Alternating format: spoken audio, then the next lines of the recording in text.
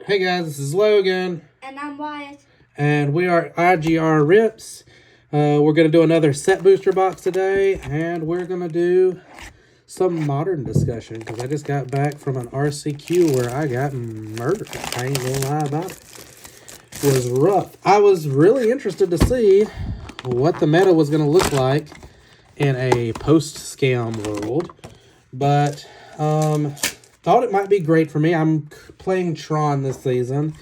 I decided to stick hard and fast to Tron even when it hasn't done me as great as I'd hoped it would this season. But we've stuck with it. Look at that, starting off right off the bat with a list card. Hey, will you go get the trash can and bring it in? And a Galta right off the bat. Wow, that's a heck of a start. Wow. But, put the rares here. We'll go through them at the end. Anyways, back to what I was saying. Post-scam world and modern. Heavy Tron meta in the place I went to play today anyways. Your mileage may vary at your local RCQ events. But we had a very heavy Tron meta today. So, typically going into the Tron mirror, I feel fairly confident, because I have another Tron player that plays locally at my store, and I've jammed plenty of the Tron mirror matchups. Ooh, there's another list card. That's not a bad one either. And a subterranean schooner. So typically when I say a Tron heavy meta, I'm like, this is great. I'm excited for this. But today went poorly. Why did it go poorly? Well, let's go through the matches. First match, I went up against a Tron, what I thought was a Tron mirror, but he was not playing your grandmother's Tron. No. This guy was playing a Tron mill combo-y deck. So he would use like Grinding Station and Mirror Retrieval Unit, whatever it's called, which basically says when it enters the battlefield, return a target artifact to your hand. Grinding Station says whenever you may sacrifice an artifact and target opponent mills 3 cards.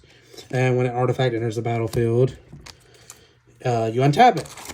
So he would sack, once he got his second Mirror Retrieval Unit, I was winning the game. Had him like down to 10. I had my Worm Coil out, feeling great about life. Another list card. Ooh, that's not bad.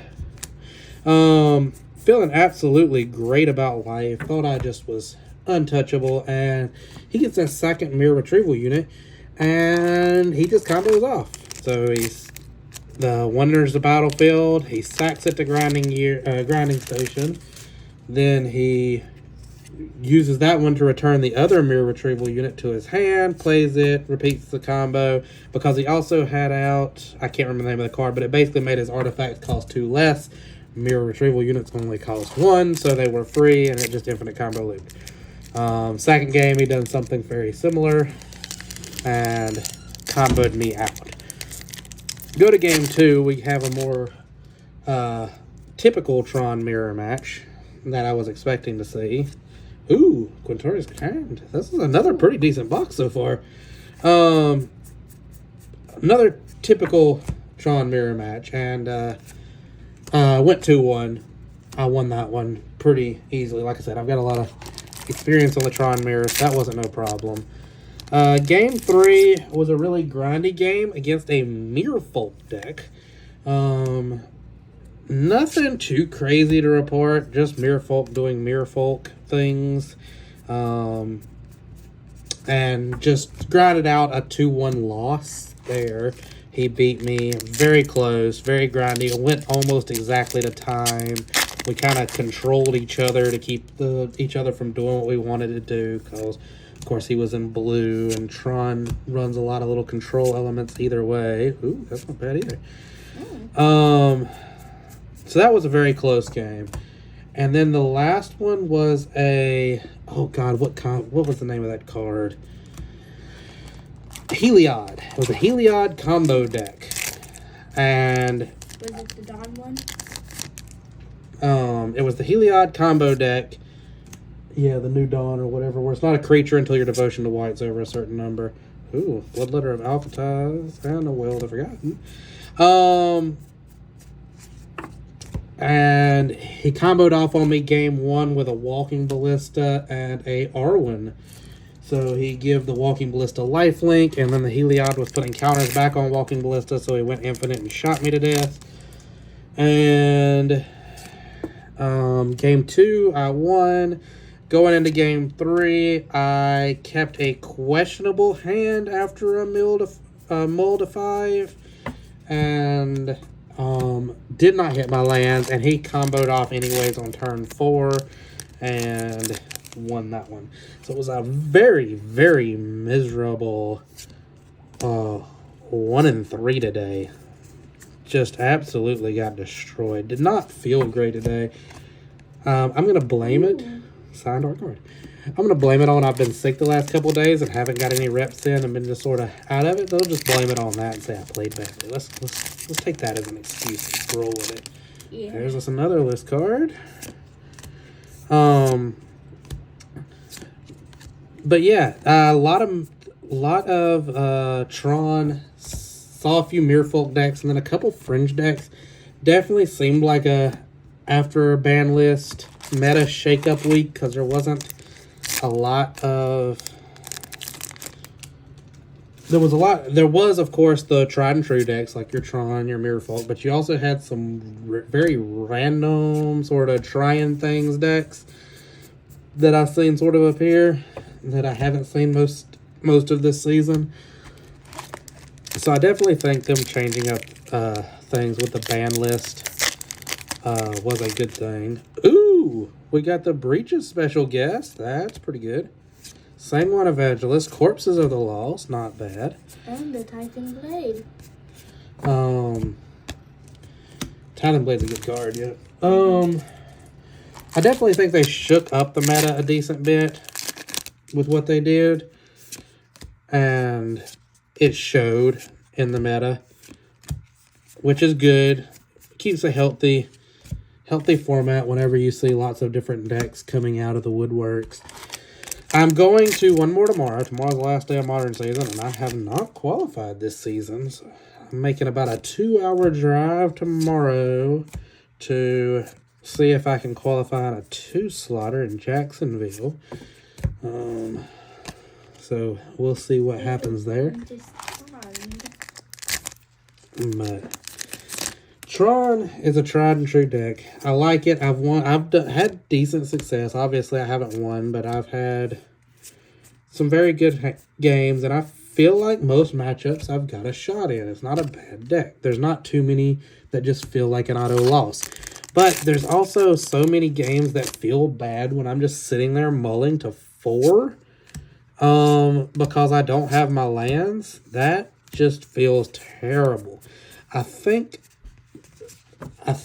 I'm a little burnt out at this point on decks like that. And I think that's one of the reasons I did not find much enjoyment in the Domain deck that I tried playing for Standard. I think that's one of the reasons I'm not going to probably stick with Domain. I'm going to keep it together because I think in a mid-rangey Standard format it will do okay.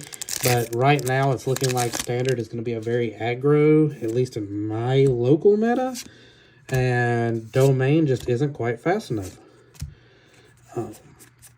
But anyways, back to Modern. I didn't see a deck that seemed like it was specifically dominating. There was people who played decks and played decks well.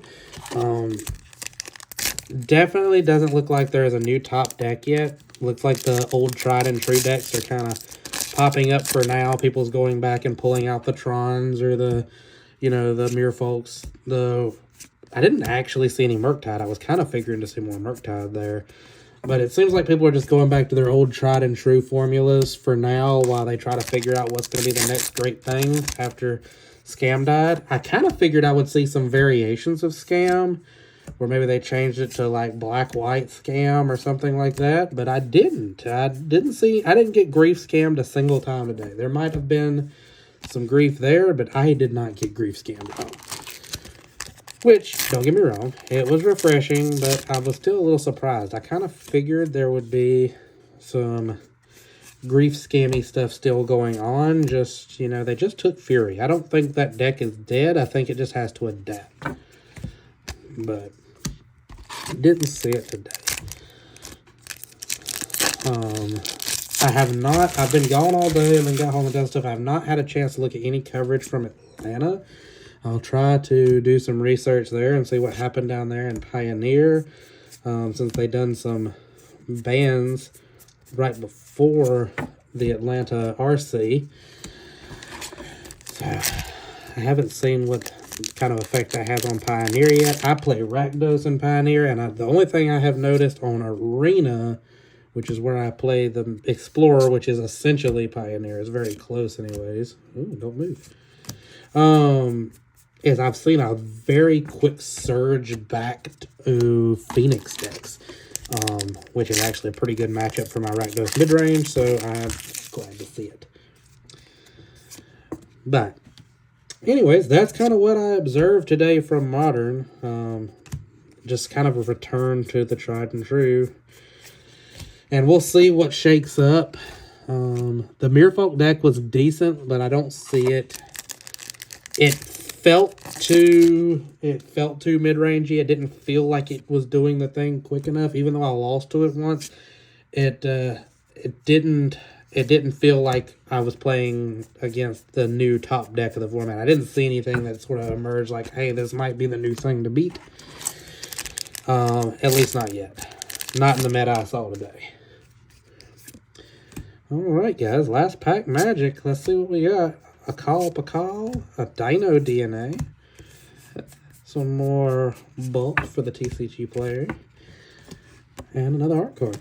Alright, guys. We've done a little bit of Modern discussion, so I wasn't reacting too much since this wasn't a value show. But good grief, this was not a bad box. We got a Don't Move, a Dino DNA.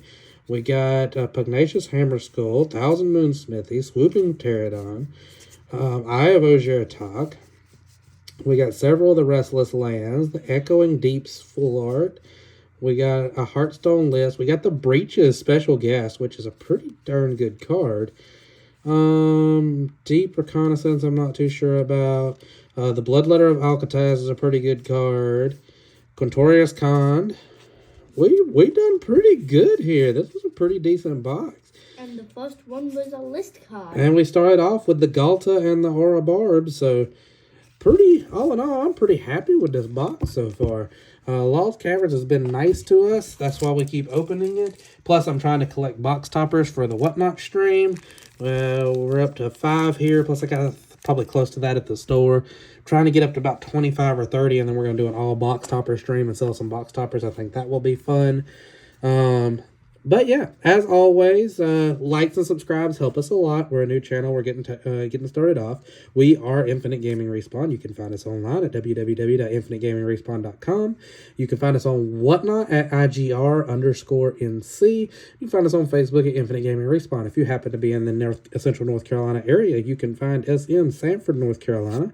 We are located at 1365 Greenwood Road. We are open every day from 2 to 11. So if you happen to be somewhere around North Carolina range, or if you just happen to be coming through for some other reason, you want to stop on by and see us, that would be great.